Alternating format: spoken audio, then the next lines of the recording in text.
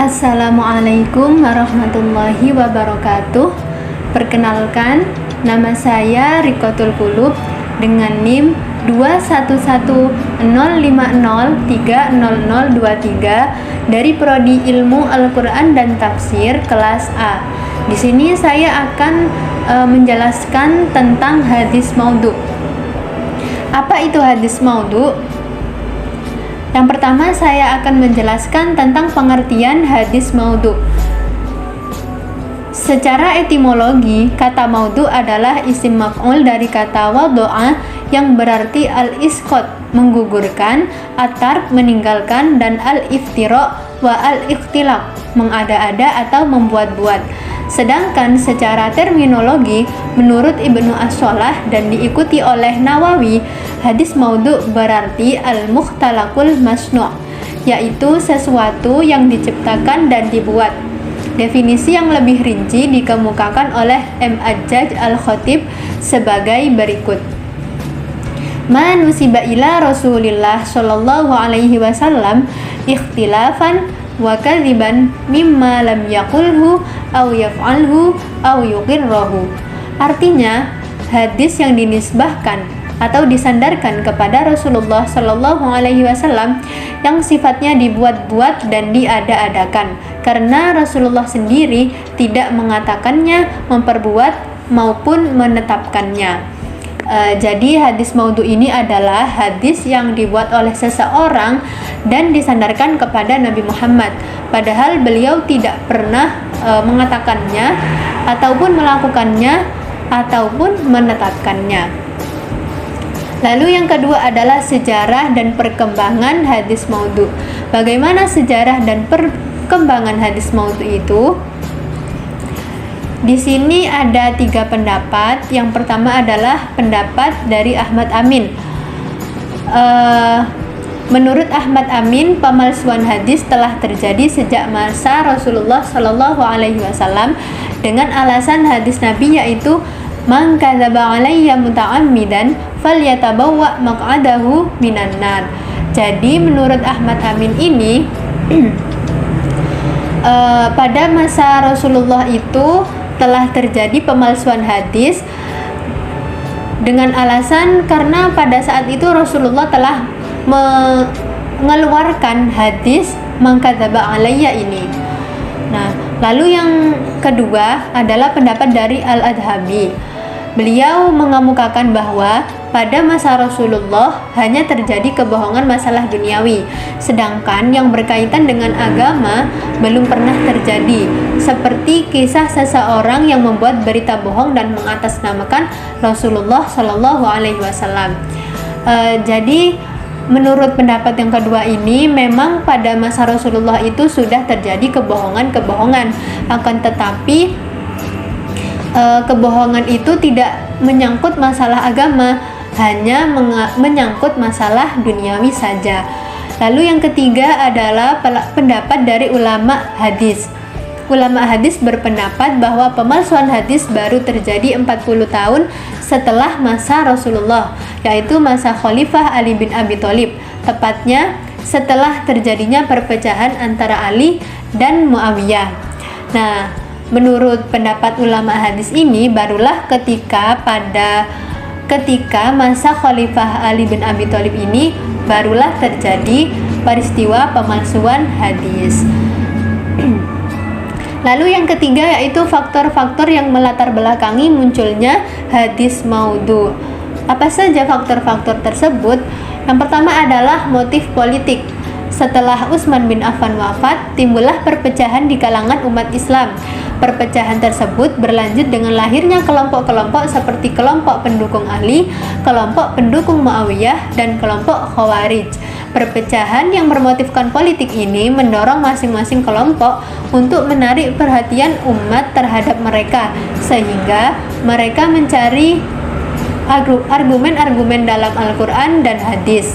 Dan ketika mereka tidak menemukannya, maka mereka menciptakan hadis-hadis palsu yang disandarkan kepada Nabi. Hal ini merupakan penyebab utama terjadinya pemalsuan hadis. Nah, jadi motif politik ini menjadi penyebab utama terjadinya peristiwa pemalsuan hadis. Contohnya seperti hadis palsu yang dibuat oleh kelompok Syiah, yaitu Aliyun khairul bashar man syakka fihi faqad kafar. Artinya, Ali adalah sebaik-baik manusia, maka siapa yang meragukannya adalah kafir. Lalu faktor yang kedua adalah usaha dari musuh Islam, yakni kaum zindik.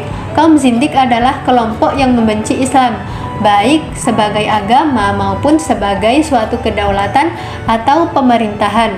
Kaum zindik berusaha menghancurkan Islam dengan cara membuat hadis-hadis palsu karena mereka tidak mampu berkonfrontasi dengan umat Islam secara nyata.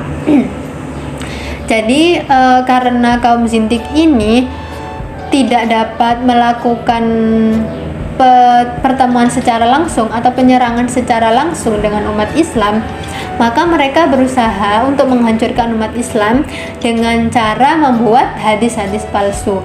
Lalu yang ketiga adalah sikap fanatik buta terhadap bangsa, suku, bahasa, negeri, atau pemimpin.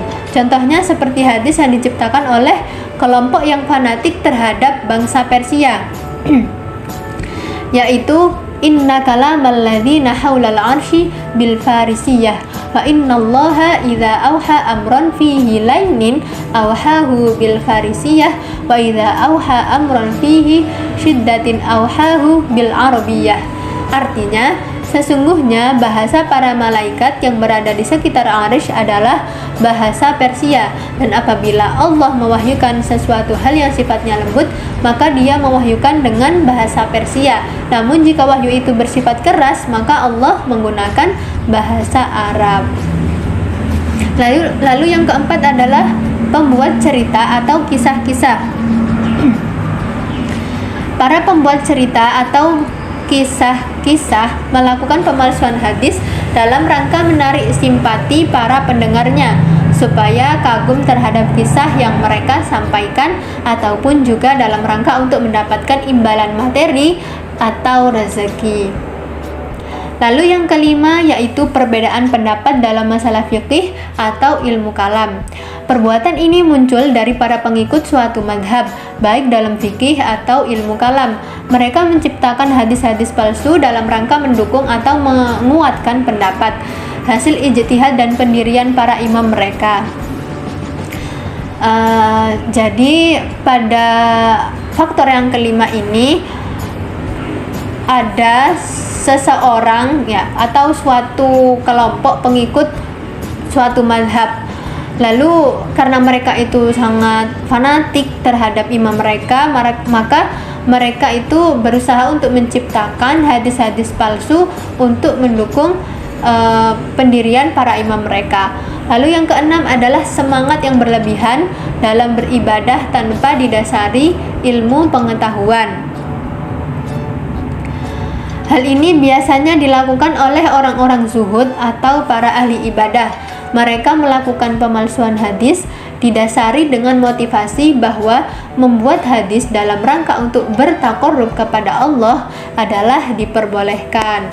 Lalu yang ketujuh adalah mendekatkan diri kepada para penguasa. Pemalsuan hadis dalam hal ini dilakukan untuk mendapatkan simpati atau penghargaan dari para khalifah atau pejabat pemerintahan yang sedang berkuasa ketika itu. Lalu yang keempat adalah ciri-ciri hadis maudhu. Bagaimana ciri-ciri hadis maudhu itu? Ciri-ciri hadis maudhu ini ada dua kategori. Kategori yang pertama adalah ciri-ciri pada sanad, yang kedua adalah ciri-ciri pada matan. Ciri-ciri pada sanad. Yang pertama, pengakuan si pemalsu hadis itu sendiri bahwa dia telah memalsukan hadis. Contohnya seperti pengakuan Abu Ismah Nuh ibnu Abi Maryam bahwa dia telah melakukan pemalsuan hadis yang berkaitan dengan keutamaan Al-Quran.